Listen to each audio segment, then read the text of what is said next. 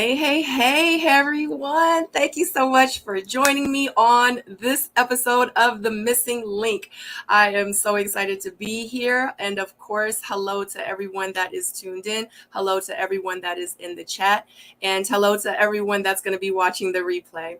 Today, I have the amazing Rashid underscore the Car God with me. And you guys might actually know him from Ready to Love, the Last Resort season as well. He's all over social media. And I think on every Mondays, he has something amazing, an amazing message for everyone that follows him on social media. So if not, make sure you guys follow him because I know I wait for them. I know I've reposted a Oh couple man, in my that's story. what's So up. Yeah, you have reposted. So yeah, yeah. absolutely. Well, So thank you so much. Oh, thank I'm you. sorry. Thank you for being here with me. Thank you. Period. Yeah, sure, I not a appreciate problem. you. When you extended the invite, I was no problem accepting. So we had to work out a few dates, but I love what you're doing. So absolutely, I support those who support me, and I support those that I think they're doing good things. So it's easy to accept the invite. Thank you so much. All Sure, right. sure. So as And you were everyone dope on the show too. I think you did a good job carrying yourself as well. Thank you. And every You're time welcome. I hear that, and I know that's not even part of this, but every time I hear that, it's Yeah, so amazing to me because I did it for me. I didn't even do it for like the show. So I appreciate you for even hmm saying that to me. I just was yeah, being myself and I was just being true to myself. And the acknowledgement means the world to me. So I appreciate that. for sure. All right, so Awesome. everybody that watches The Missing Link knows that I like to get right into it. I have a lot of Okay. questions and it's a lot of things that I want to know. So I'm sure it's a lot of things that you guys want to know too. And I hope that I have some amazing questions and Rashid is going to give us some amazing answers. So here we go. The very first All right, question I let's see. have for you, Rashid, is who is Rashid Floyd?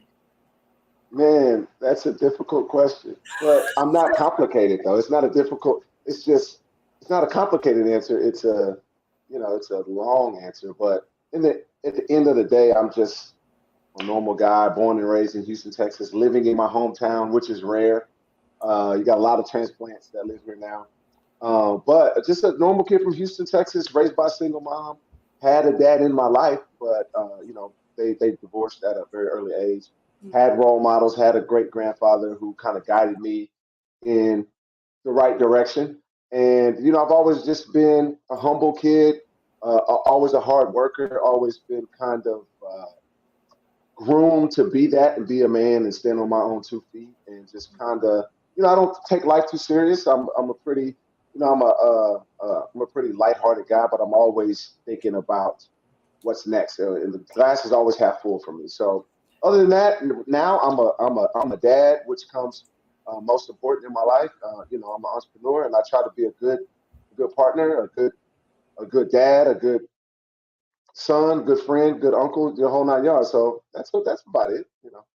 Yeah, that's I mean that's a lot, and that that's good. People are like, oh, it ain't nothing. No, that's to me that's amazing because I know sometimes I tell my story and I say who I am, and I'm like, oh, I ain't nobody, and people are just looking at me Yeah. like, no, you're somebody. So no, Yeah, it's always you've always heard better to hear thoughts from others because we internalize stuff and sometimes we can be our worst critics or sometimes we can be overinflated our egos. So it's always cool to hear someone humble you and also good to hear somebody praise you. So yeah, absolutely, and I am always here for the positive energy. So yeah. okay, so you said pretty much where you are from. So is that actually where you grew up? So it wasn't like you were born there. You kind of grew up there. Like, did you leave there, go somewhere else, and then you came back? And like, did you grow up there and stay there pretty much like the whole time, or did you like move around, travel, or any? Yeah, born and raised, yes, in Houston. But I had a cool dynamic. So my grandparents are from small town Louisiana. That's where my mother's from. Okay. And that's back in the day when we got out of school. You was out of school for a full 3 months. I was gone. I was shipped off to small town Louisiana and raised there. So I have a cool city type of country background. So I love the dynamics. I'm kind of a city country boy. Hmm. But I had that dynamic growing up. And then I didn't leave home permanently until college, and I went to Alabama A&M University. Shout out Bulldogs. I went to school there, moved back to Houston, and then I moved and lived in Atlanta, and then I lived in Georgia, other places for a little while. But I've been back in Houston, hell, oh man, since when did I come back?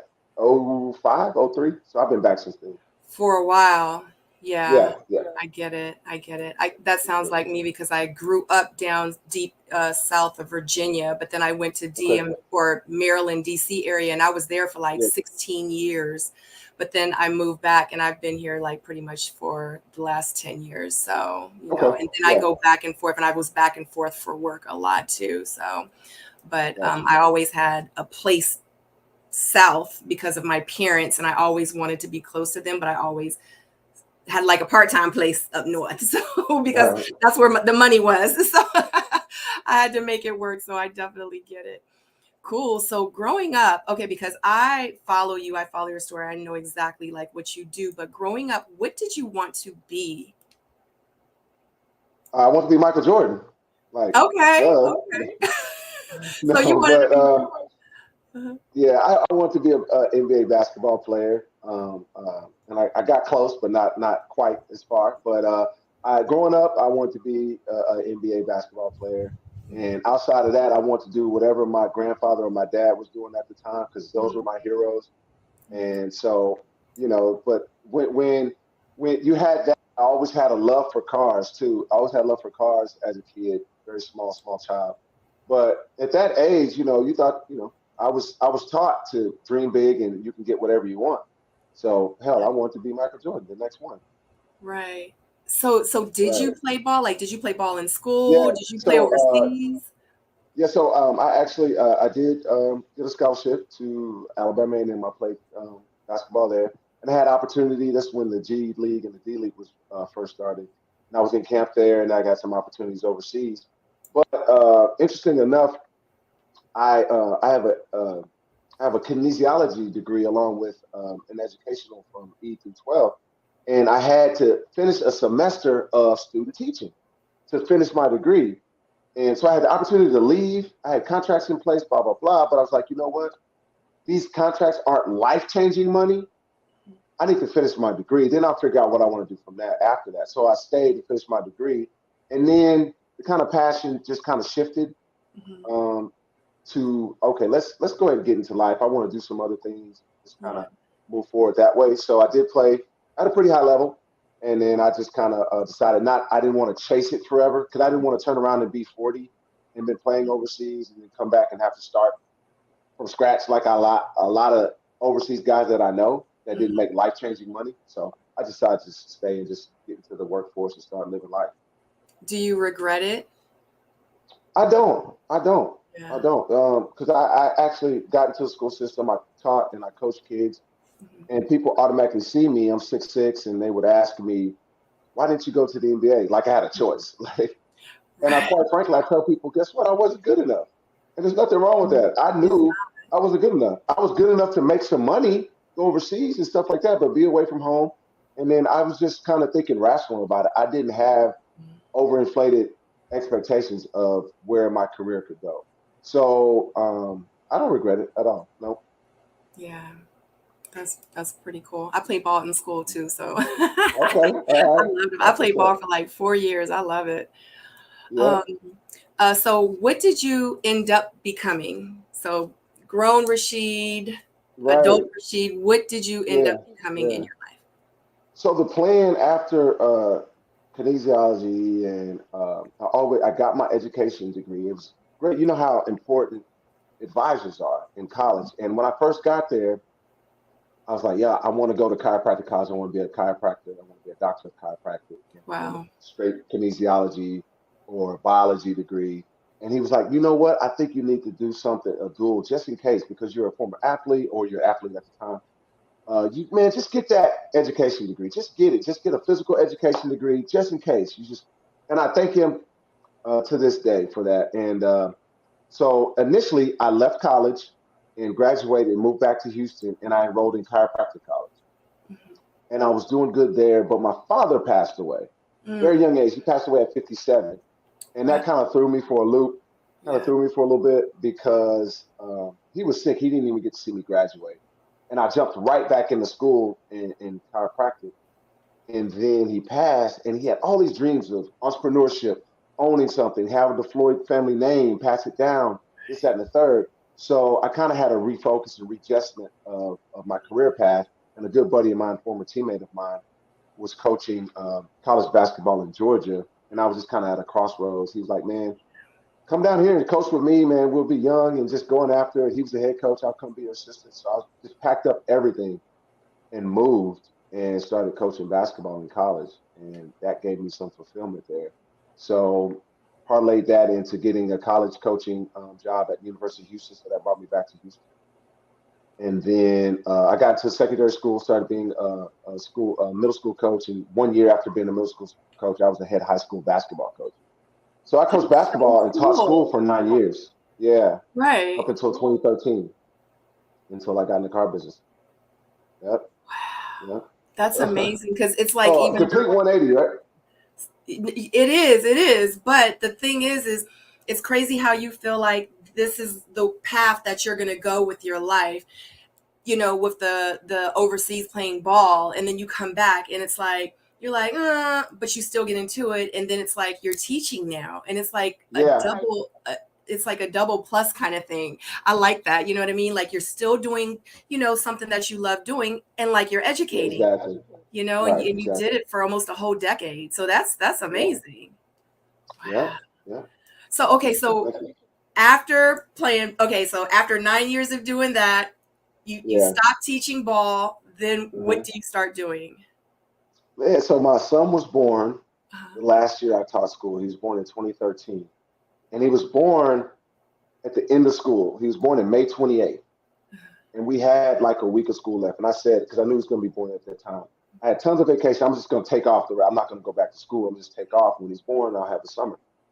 And then, the summertime, he comes, he's born, and the light of my life. You have children. And it was like I started taking a life assessment. I was like, coaching is great. I'm a head high school coach at the time. We all know there's no money in teaching. And I was getting berated by parents, just unrealistic expectations. They're trying to get me fired. I'm in parent meetings all the time and doing all this kind of crazy stuff.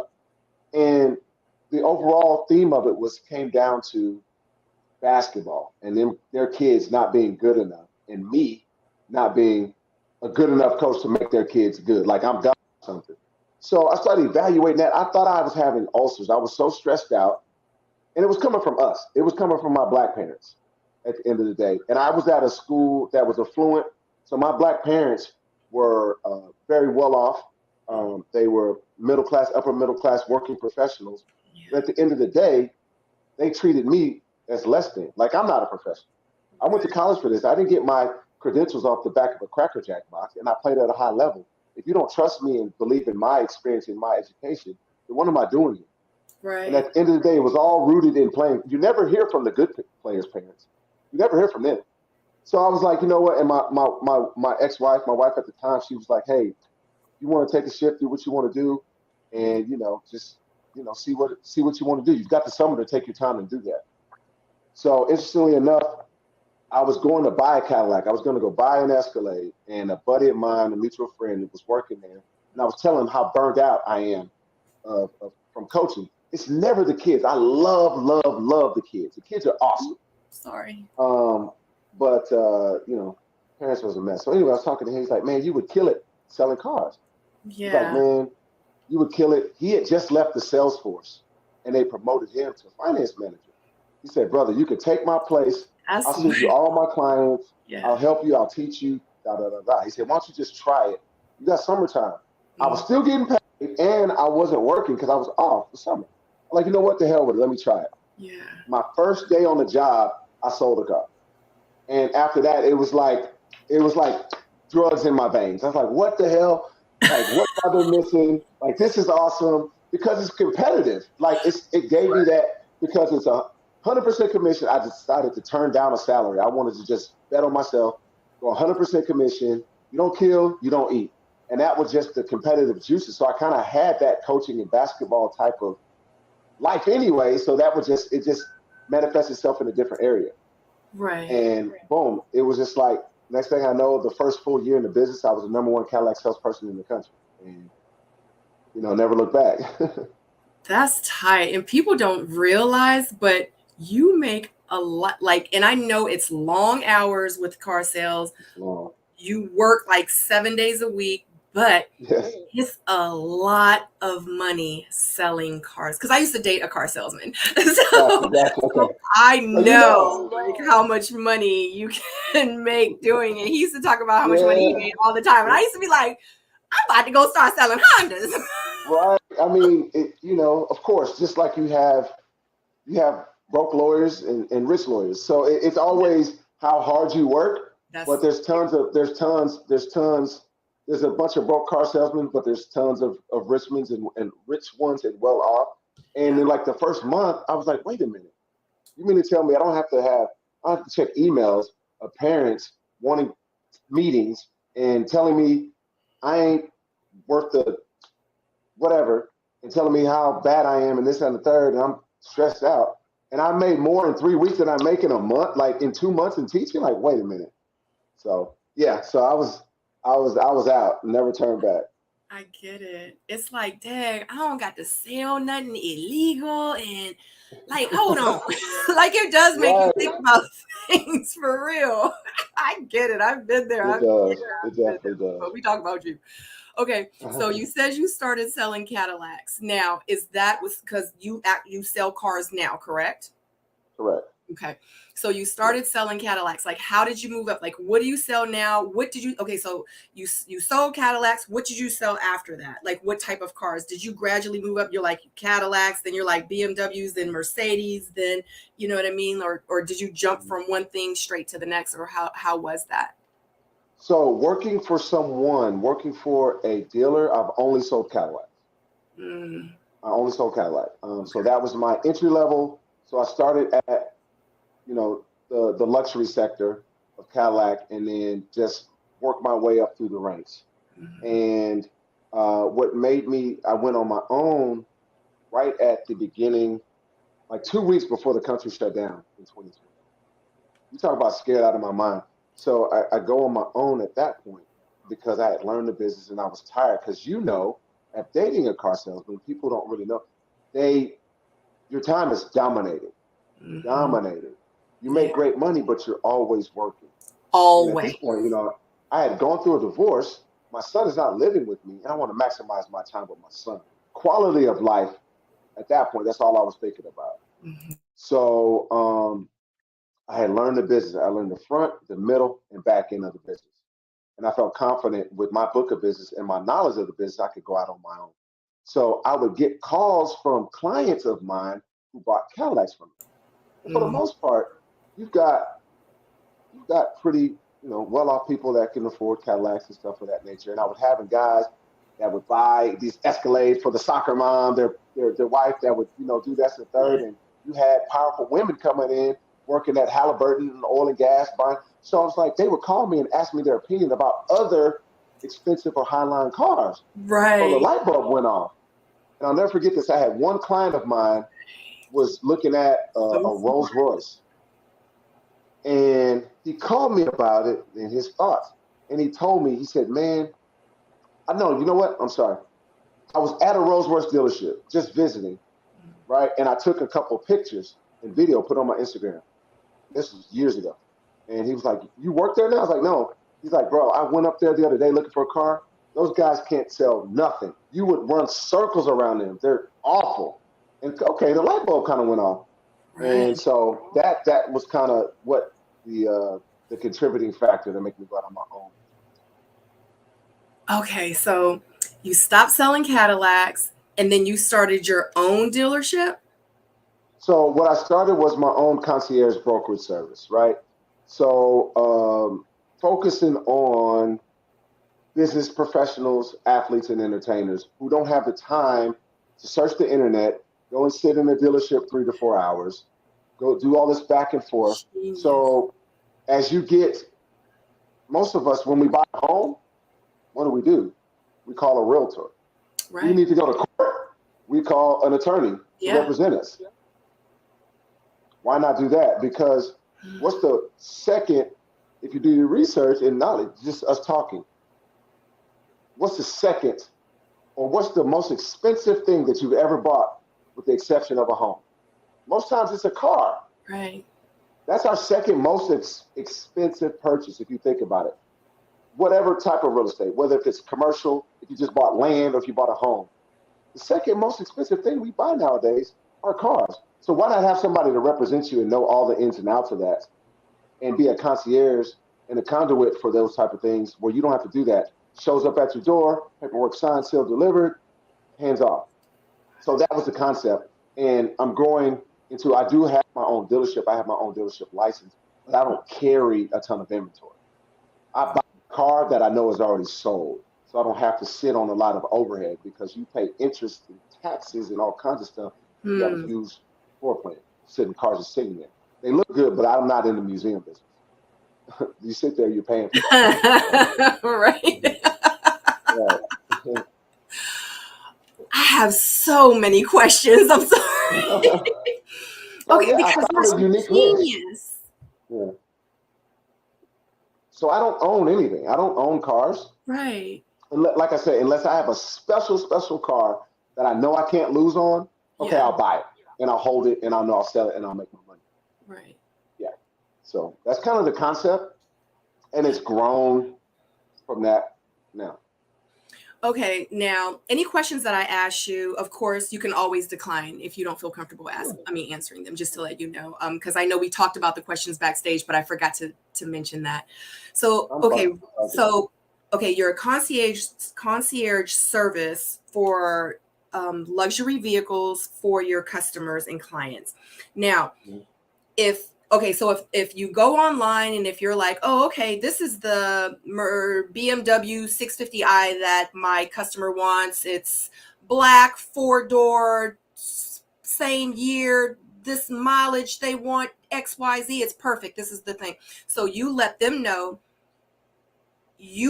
they purchase the car, you go get the car and you deliver the car. So pretty much you're in the concierge service, so you don't make money off of the sale of the vehicle. You make money from the services that you provide, from the service Well, that you both. provide.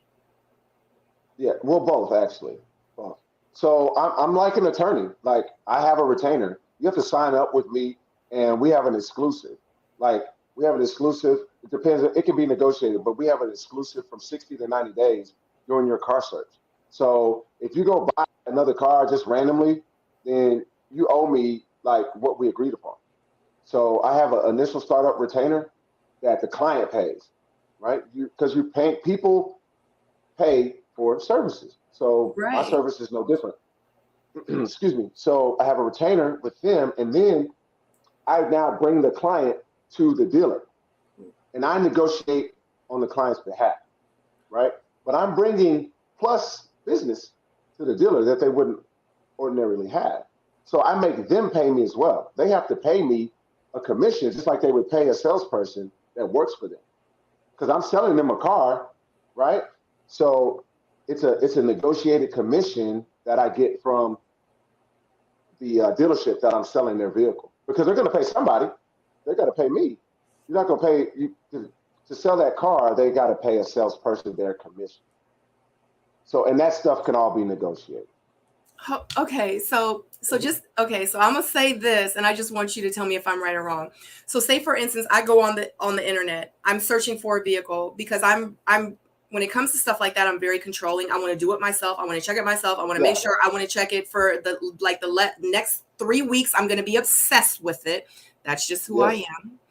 And I'm gonna find that specific vehicle that I want, which I actually did for my car, and I was like, that's the one. That's it. I'm going to test drive it. Yeah. I went in there. I was like, that's the car that I want. Could I have said, ain't nobody sell this car to me?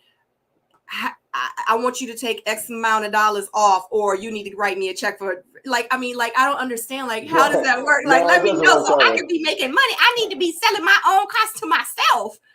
Right. No, it doesn't quite work that way. They'll assign a salesperson to it, because in most dealerships, when you sell a vehicle, there's there's surveys. You probably got a survey after you bought a car. There's surveys, and then there's a checklist that the dealership has to go through. So dealerships and franchises have to adhere to a certain approval level through their surveys, right? That's how they get kickback money from the manufacturers. So they have to ensure that they're above, let's say, a 90% threshold on good customer service and good customer feedback, because they can lose hundreds of thousands, maybe even millions of dollars, right?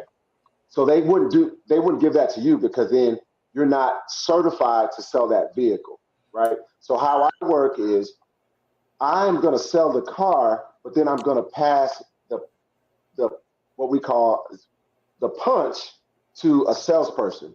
So then they get the survey, they have to answer all the questions, and then the dealership still gets credit and gets their money at the end of the year or at the end of the quarter. They wouldn't give that to you, because they don't know. Then they'd have zero control over it, right? Right. So that's a good idea, but yeah, they wouldn't do that. Right. I I'm like like, what you're wait a minute. And plus, too, you said you have your dealership license or something like that? Yes. So so there's you have to be really, really creative, because in the state of Texas, they don't recognize car brokers. Texas is the good old boy system. They don't want to rock the boat. They want to keep things traditional. They want to keep each other in each other's like sharing of the wealth. They don't want an outsider like me to come in. Like in California, you can actually get a broker's license. They allow you to broker all day long. So for me, to counteract that, I'm a dealer, right? So then you can pay a dealer to dealer, because for auditing purposes, you just paid my dealership, right? You didn't pay me, you paid my dealership a consulting fee or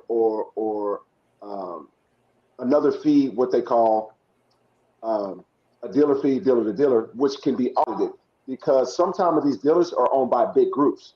A lot of people heard of Sonic Automotive, Auto Nation. Those are the big groups. They don't allow brokers at all. They really they shun those type of things. So for me to be fully credentialed to have a dealer's license, it's very easy for them to justify paying me. If they ever get audited, they're like, well, who did we pay X amount of dollars? We pay Level Luxury Automotive, LLC, W-9, blah, blah, blah, blah, blah. Right. So that's how those works. When you have to, like in the state of Texas, you have to work around some of those things, because not everybody recognizes brokers. But it's kind of like the electric car. Nobody wanted it 15 years ago. Now there's no escaping. Like everything's coming. So you got to get on board. So this broker thing, this whole 9 yards, people shopping from home, it's coming. It's just a matter of time before everybody recognizes it. So how can one get a broker's license to sell cars? Well, I'm sure it's different. Yeah, I was about to say, I know it's different. Okay. Yeah. And for me, you have to get a dealer's license here. So I have to have a physical address, a physical place for my delership. You have to have bonded, you have to have insurance, you have to have tons of stuff. You have to have, it's not just like, just going to sign up to get a defensive driving course or something. You've got to really have, and then they come and check it out, and they come periodically, check on your dealership and stuff like that. So, yeah. So everybody that's watching this and will be watching this, it's real serious. You just can't go get a license like your driver's license and a business license and think you're just gonna open up an online boutique. It's a little bit harder than that. Wow, I never knew any of that stuff. Okay, so what kind of brokerage deals do you do, and with your concierge service, like what kind of vehicles do you mostly work with, or your clients are interested in you finding for them? Primarily luxury and exotic cars, like from Cadillac, BMW, Mercedes, all the way to Lamborghini, Ferrari, Bentley, Rolls Royce, the whole 9 yards. But it's funny, a lot of people ask me, do you sell regular cars to regular people? Yeah. Absolutely. I'm a car guy. I sell cars to regular people. I sell regular cars. But my focus, my target is luxury and exotics. Just like doctors, they all go to medical school, but one decides to focus on a certain field of medicine. You be a OBGYN, you be a dentist, you be whatever. I am a car dealer, but I focus on luxury and exotics. So, and that's primary. Those people who can afford those type of things don't have time to go shop for cars. So again, people will pay for a service. If it conveniences them and it makes their life easier, they'll pay for it. Facts. Because you'll pay Yeah. for And then any. to your point, for those people who super duper really, really want to be hands on, they want to handle it, everything. I also offer a consultation service to where Mm. is you can go do all the heavy lifting you want. If you want to send me the numbers, I'll look over them for you and tell you if that's a good deal or not. But I mean, you got to pay me for that. But I still feel like I'm going to save you at least enough to pay for myself. So after they pay you and you save them the money, will they still come out good, or will they come out pretty much even, but at least they had someone coach them through it to say you're not getting gypped? You know what I mean? Right. For the most part, they're still going to come out on the good side. Yes. Mm. See, Yeah. that's good to know. Wow. What is the most expensive car you did a deal for? Oh boy.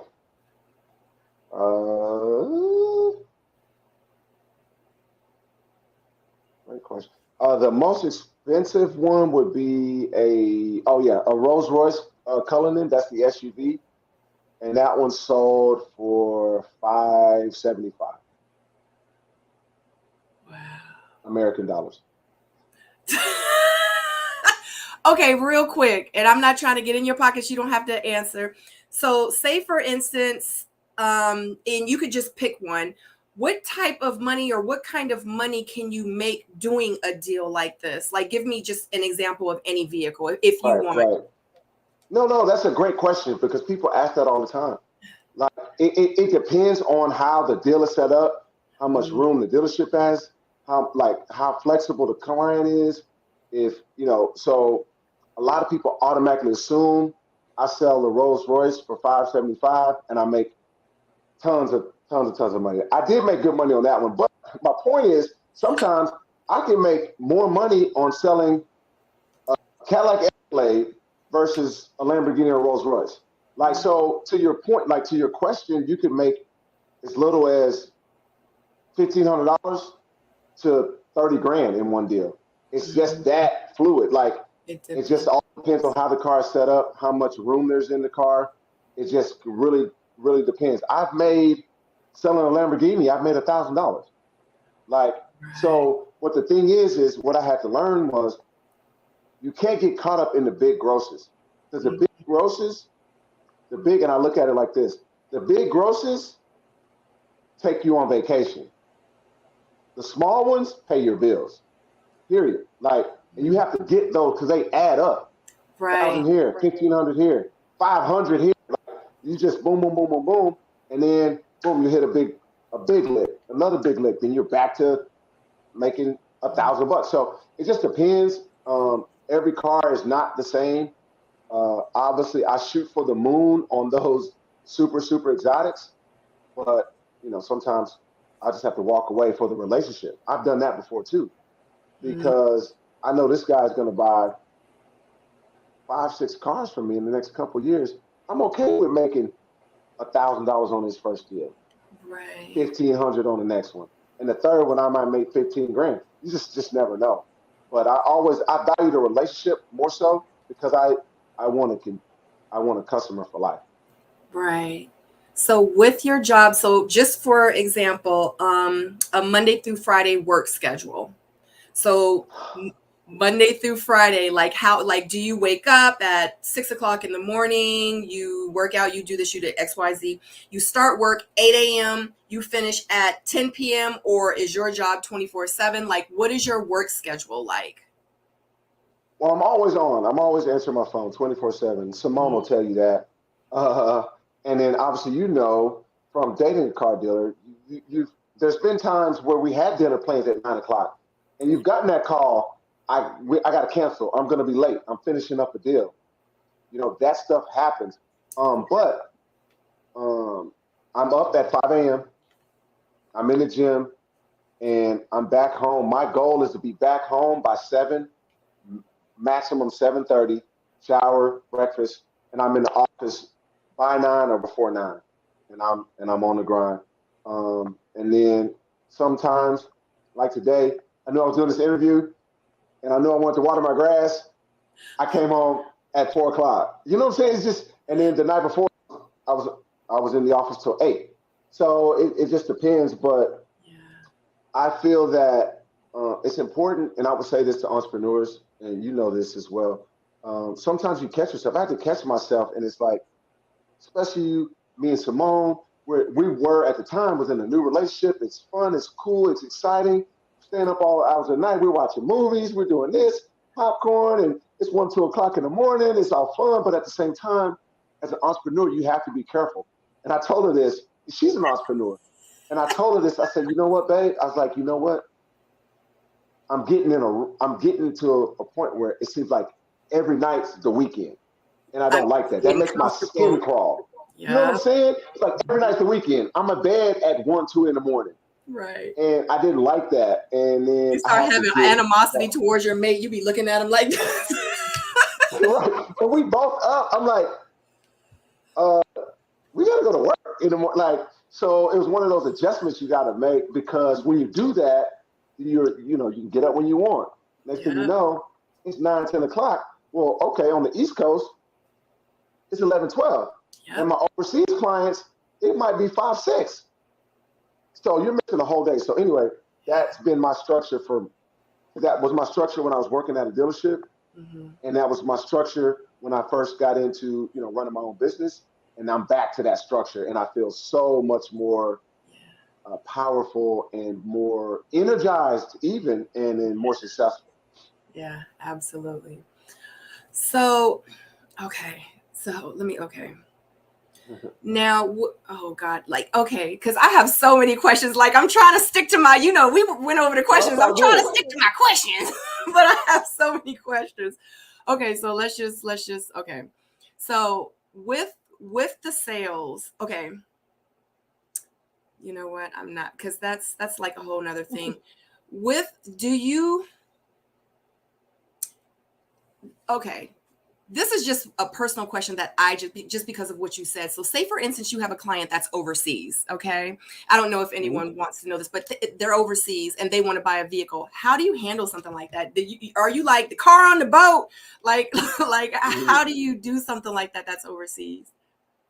Yeah, absolutely. So I ship and sell cars all around the world. It's just a different dynamic when you're transferring of funds. But other than that, it's all negotiating. It's a car deal. And especially since the pandemic, and I've always done this. I've always been in the cars.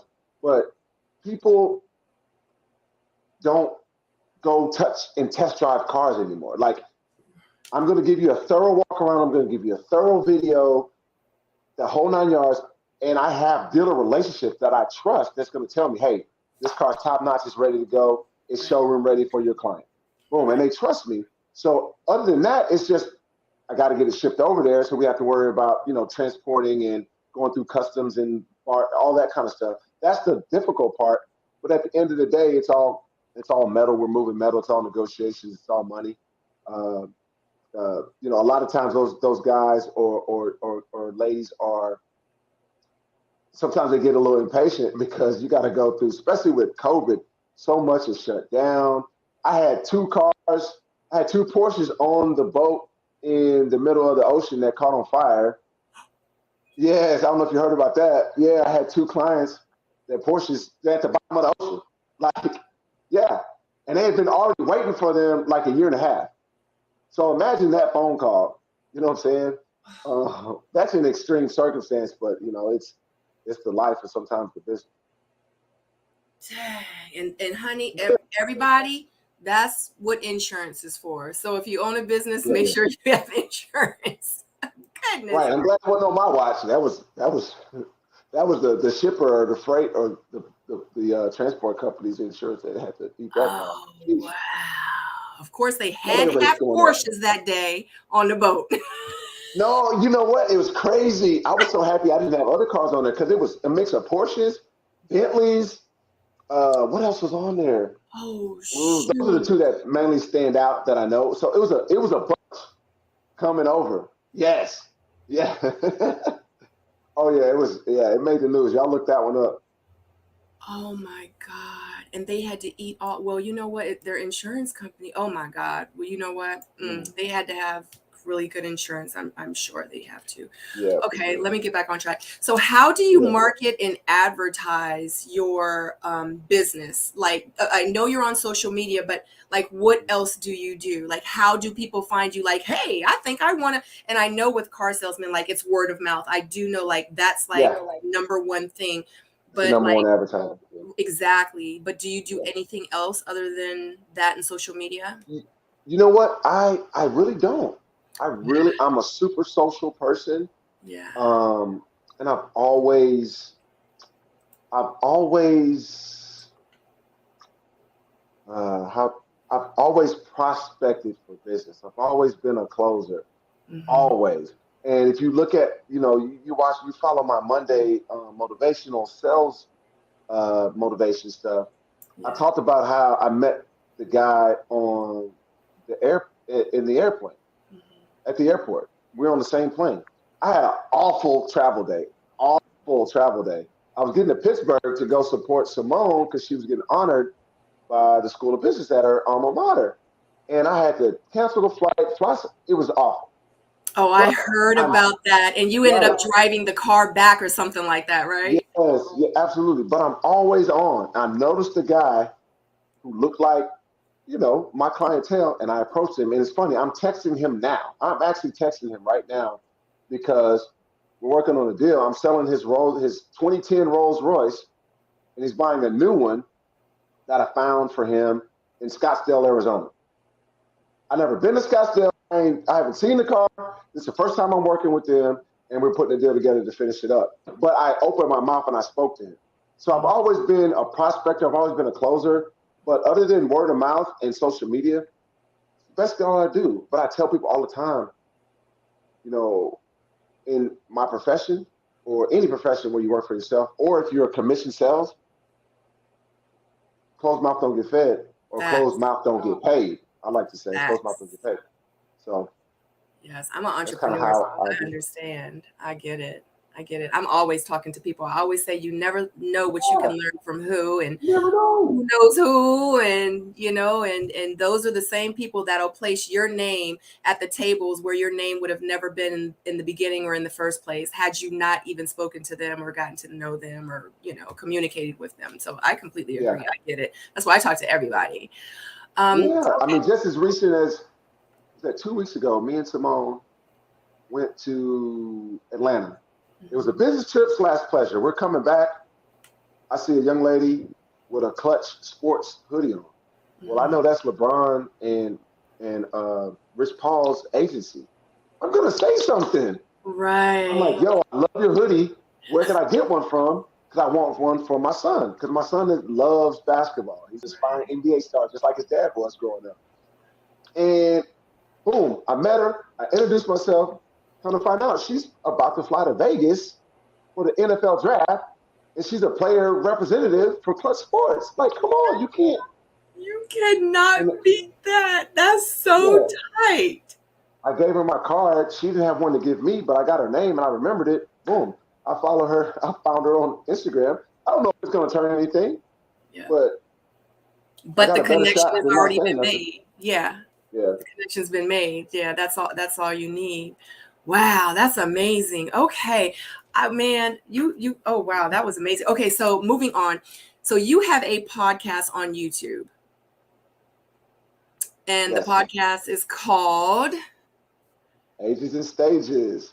and you have this podcast, and everyone's been hearing the name Simone throughout this interview. Right, right. For That's the my people baby. that do not know who Simone is, please let them know, and please let us know or tell us a little bit more about Ages and Stages.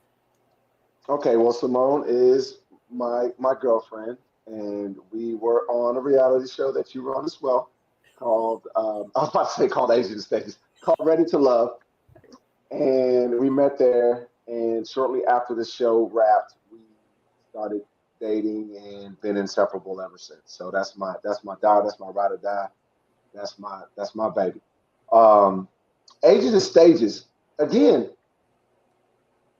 I listen to people. I don't think I know. I don't think I have all the answers. I never. because I learned from when I was coaching from my head coach. When you think you know everything and you think you have all the answers, you need to get out of whatever profession you're in.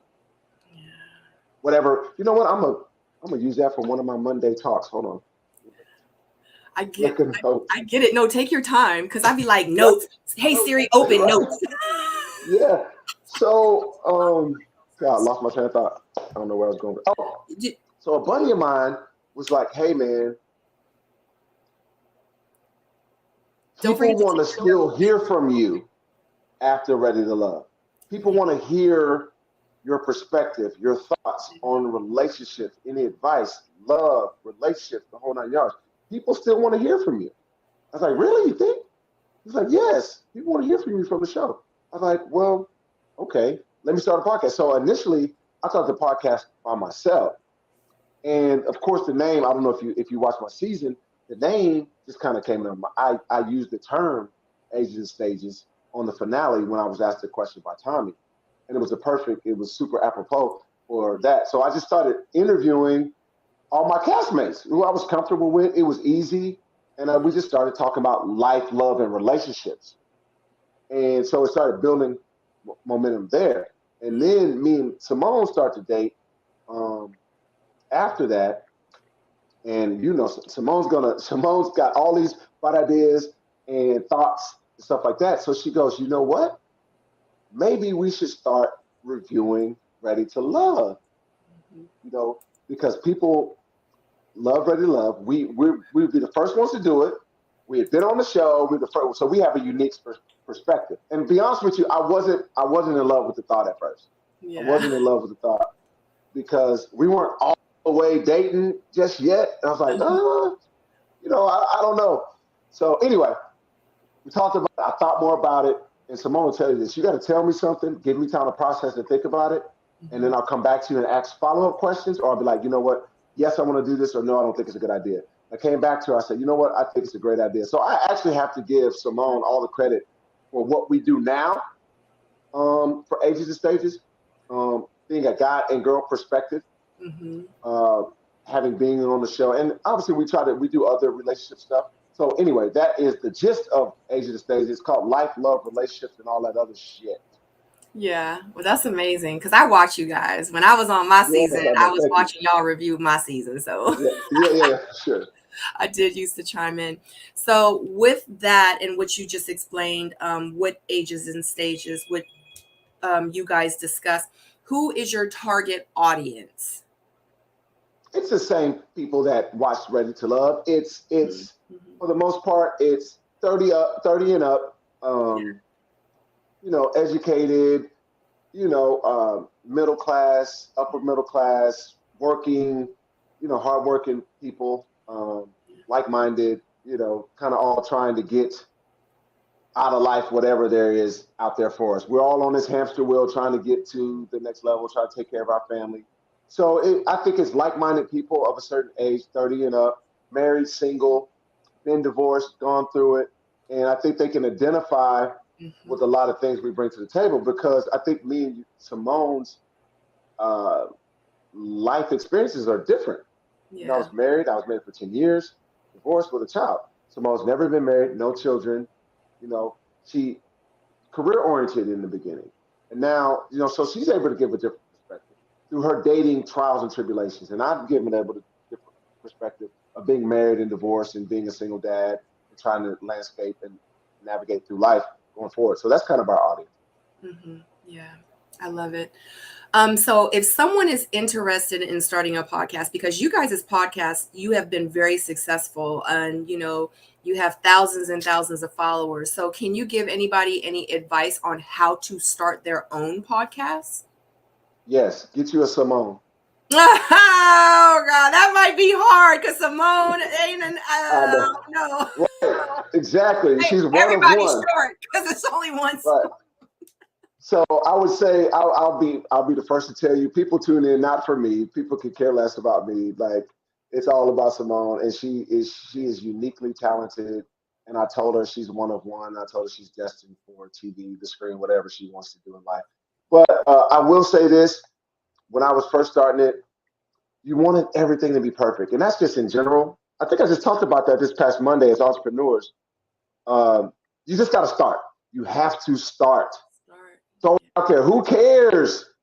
Who cares? I guarantee you, nobody else in your friend group is doing it. Like, and you're gonna hear from these people who give you all these suggestions. Well, where your podcast at? I'll wait.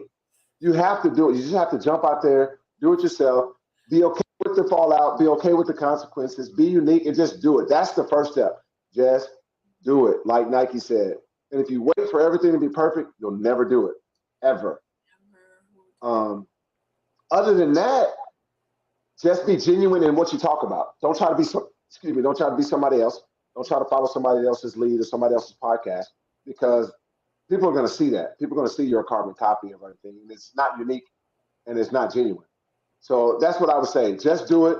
Be genuine and be yourself, and just don't put too much pressure on yourself. But also know it's work. It's a lot of work. You gotta work You know hard, that. though. It's work. It is work. It's like scheduled, especially if you're a busy professional. She's running her own company. I'm running my own. And I'm like, man, we got to film again. You know, Jesus, really? And Simone's like, hey, we got to put out some content this week. What? Yeah. Really? And then she'll get tired, and I'll be like, hey, babe, we got to put out some content this week. Yeah. You need to do a ladies panel. I need to do a men's panel, something. Yeah. So it is a lot of work. It's another job. It is another job. So it's not for the faint of heart. I tell you that. You'll tap out real quick.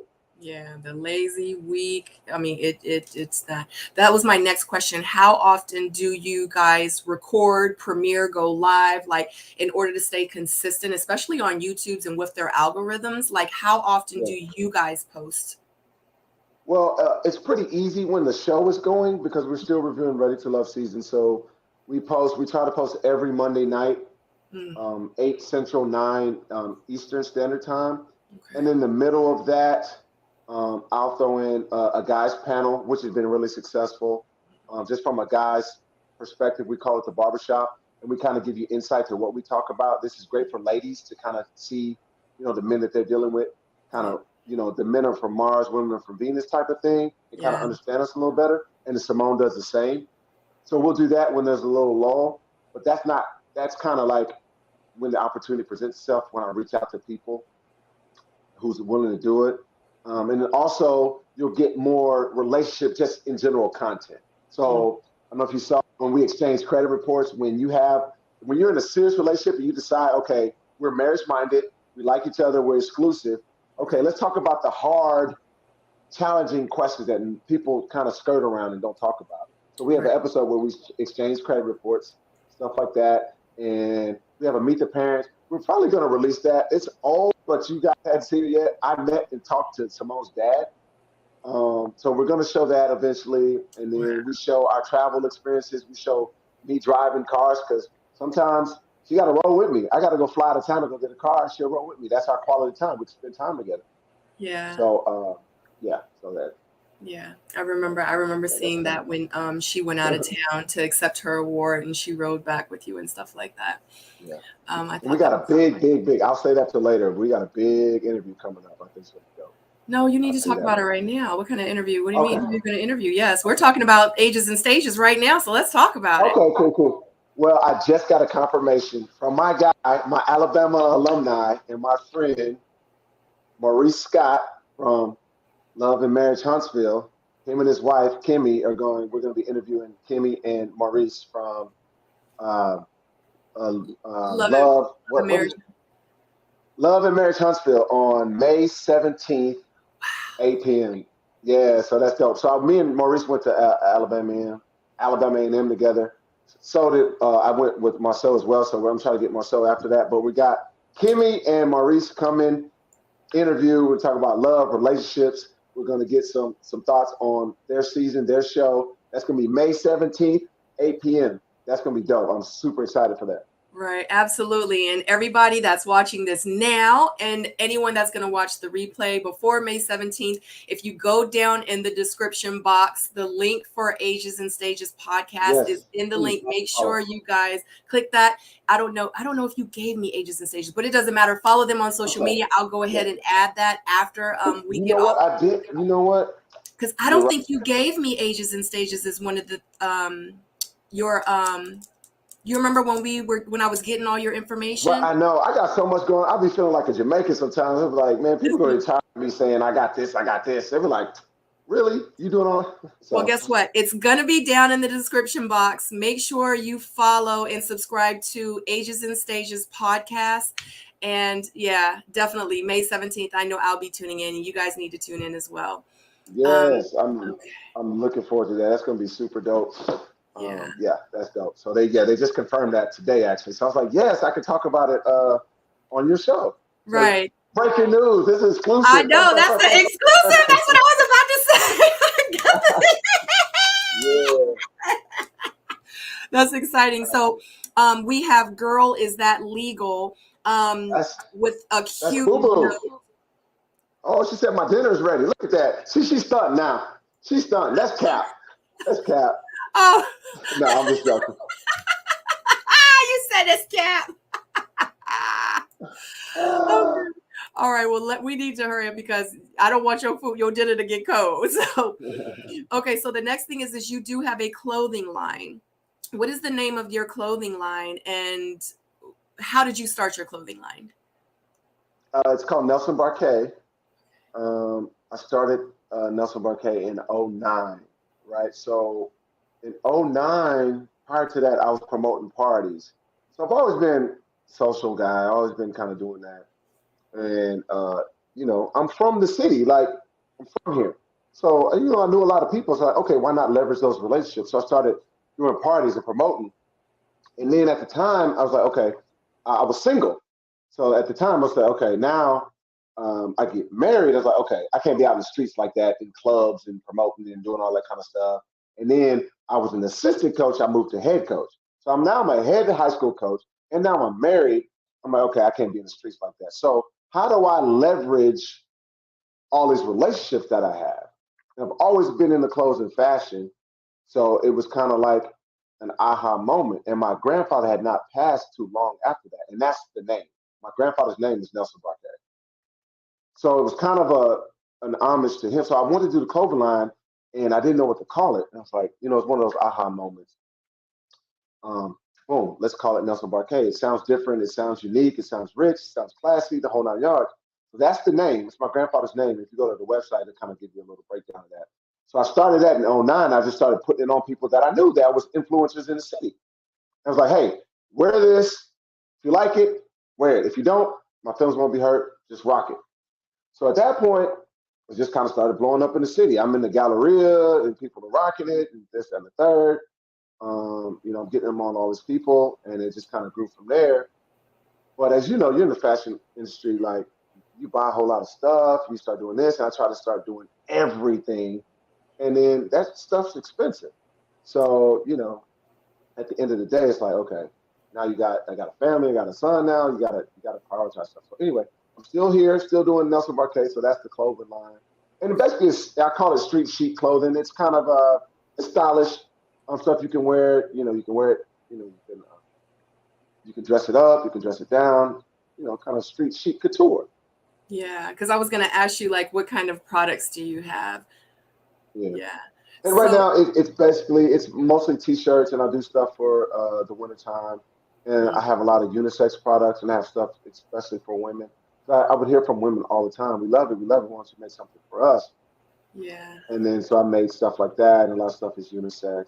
And you know, eh, in the fashion game, it's a lot of ups and downs. It can be expensive. You buy an inventory, just like cars. If I'm buying a car that is sitting there, that's money sitting there that I'm looking at. I'm not making that. So kind of had to readjust the structure of the business and try to not please everybody and kind of keep it to where I can control it and manage it. So that's where I'm at now. And I've got limited products. Most stuff is limited edition, short runs, so I can kind of control my overhead. Yeah. I'm not sure if, okay, I was about to say, I think my signal is kind of going in and out. We have a bad storm here. So what do Okay. you like most about what you do? with your jobs and your businesses? Because I can't just say, what do you like most about selling cars? Because you're an entrepreneur, like you're a CEO, so you have, like, what do you love most about being a CEO and an entrepreneur? The freedom primarily. I mean, it's freedom. It's difficult. It's funny to say because it's super hard work. I work more now than I did for somebody else, but I can still turn it off when I want to. The freedom. I've always wanted, that's kind of been instilled in me from my father. And when my son was born, that put the extra battery in my back. But I just love what I do. If I'm doing something, I enjoy it. So, wise men said, if you do something you enjoy, you'll never work a day in your life. And the money will come. Like when you get into something for the money, you'll be disappointed. Because the money will come eventually. If you do what you love, you stay consistent, you keep a good name and reputation, and you work hard, the money will come. And I enjoy the work because I'm not the only, I didn't reinvent the wheel. Like I've got a unique niche, but I'm not the only one out there doing this. Like I have competition, so that's good for me. I like the fact that I have that competition out there, and I'm trying to stand alone, and the cream rises to the top. So that's my motivation every day, and that's kind of what I love, what I do. I just said that in a impromptu live I did yesterday, because I'm always talking about business as well. And one of the things I always say is, how many breads on the shelf? Like how many milks are in the freezer? How many ice creams are in the freezer? Like it's so many different, like you can't, people are like, but it's saturated. No, guess what? There's only one you. It's only one Sabrina. Nobody's you. Can't nobody do it like how I do. Yeah, nobody. There's people out there. Yeah, you're one of one. Yep. And so what if they're doing it? So what? Like, and that's one of the things I talked about on my Mondays. It's like you're one of one. Nobody can do what you can do. So people aren't buying your business. They're buying you. I try to tell people that all the time. I'm like, y'all don't get it. Y'all don't hear me though. yeah, they're buying you 100%. People buy you all the time. So what do you like least about your job? The uncertainty. Like, that too. The uncertainty of it. I mean, period, point blank. It's stressful. It's a lot of hard work. It's stressful as hell. But if you don't kill, you don't eat. And I got responsibilities. I've got a son. I've got a mortgage. I've got a woman living with me now. I got to take care of her, my house, my son, the whole 9 yards. And then you'll get, you'll get itchy. You'll get nervous. Like, I'll have a big commission, a big deal. And hell, I might not see another deal for weeks. And I'm like, oh shit, what's going on? I need to get a deal. I need something. I need a little small, a little something. I need to get and it's every month I have that feeling. Every single month. But it always it works out. But that's the least. The thing that bothers you, keeps you up at night. That's the thing about it that is, I was saying negative, but it almost manifests itself into a positive because you can't sit on your hands. It keeps you humble too. Oh yeah. 100%. Yeah. So I do have this one question in the chat, and I want to say that this is your grandfather's name, where the last name came from, where it originated from, because it is different. Yeah. So my grandparents are from Louisiana, and it's a Creole French name. That's where it comes from. So a lot of people mispronounce it all the time. I know I did when I said. No, it's okay. It's cool. I'm sorry. It's cool. It's okay. It's Barquet. So who knows who spelled what way back? I don't know how many hundreds of years ago, but that's how it's pronounced. And yeah, that's it. From deep south southern Louisiana, a little small town. Grandfather and his ancestors born on a plantation. Yeah. And but the thing about him, he was third, fifth grade education, who knows, and extremely worldly, and taught himself how to cook. And he was a renowned chef all over the state, and he would cook for all these rich folks and cooked for all these people, and he actually was working for the foster family, and one of those kids that he helped raise became the governor of Louisiana. Mm. And he was just, yeah, dude was the real deal. So it was very apropos for me to name my line after him. But that's my hero for sure. Yeah, I love it. I love it. So, where can people find you? Primarily, my main page or Instagram would be Rashid underscore the Car God, GAWD. And I'm on LinkedIn, Rashid Floyd. I'm on Facebook, is Rashid Floyd. I need to get on TikTok. I'm behind. Like, I'm really behind on TikTok. Like, and all that I do, and I see the value of Instagram. I mean, social media. But Yeah, those are primarily where so you can find much me in my work. my. Also, I'm sorry. I just said it's so much work. Social media is I so know it's work. work. It's work. And then my Instagram for the clothing line is NB for Nelson Balka underscore clothing. And the website is Nelson, Nelson Balka, BALKA.com. Yeah. And what else? I don't know. The name of my dealership is, so I'm actually changing the name. The name of the Really? new dealership, or it's called Car Gawds Auto Gallery. Oh, okay. That's what I have though. That's the Yes, information. that's correct. Yes, Okay. it used to be level luxury automotive, but I want to have symmetry there. So Okay. anyway, Yeah. So pretty much everything that Rashid said is down in the description box. I am gonna add YouTube, and but I ages do and have their stages.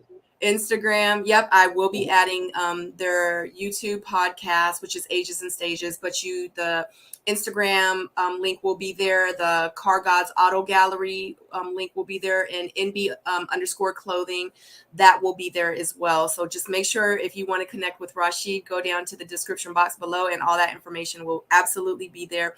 Thank you so much, Rashid. This was so amazing. I couldn't have asked for a better interview. Like, you dropped so many gems, and that's what I'm here Oh, thank for. you.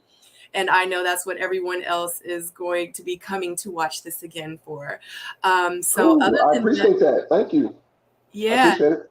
yeah, I I'm appreciate excited it. to I go. appreciate it. And that's what the missing link is all about. It's to uplift, to inspire, to educate, to inspire, and build, to gap that bridge with like people out there that don't have the information, and the kids, I hope that their moms and dads let them watch this and say, baby, remember when you said you wanted to sell cars? Yeah, mama, Yeah, like, like, watch you can this. do it. You can do it. You can do it. Yes. I tell people all the time though, you have to have pride in it. Like, Yeah. because sometimes we get a bad rap. Like, they put us right there with lawyers, and it's crazy that I date a lawyer, and we probably in the book as the most people that people don't trust. Like, and then some people are scared of it. It's like, the hell with that. Like, I have pride in what I do. Like, Right. this is what I do, and then I Yeah. love it. And I'm good at it. And so for those who want to get into business, uh, you can't leave your job and disconnect from it and act like you don't do that because you're scared about what people think. Absolutely. I live like that anyway, my life period. Yeah. Thank you again so much. Thank you to everyone that's been in the chat. Thank you to everyone that is watching this in live. Thank you for everyone that's going to watch the replay. Do not forget to subscribe, like, and share. Don't forget to comment down below how you felt about this episode. And also, if you know anyone that is interested in being or selling cars and having a podcast and starting a clothing line, and if so, don't forget to hit up Rashid. He got you. Okay. So let Absolutely. him know when you're ready to buy your Rolls Royce, BMW, Mercedes, or Honda. He got you guys. Yeah, I got Anyway, it. until I the got next it. link.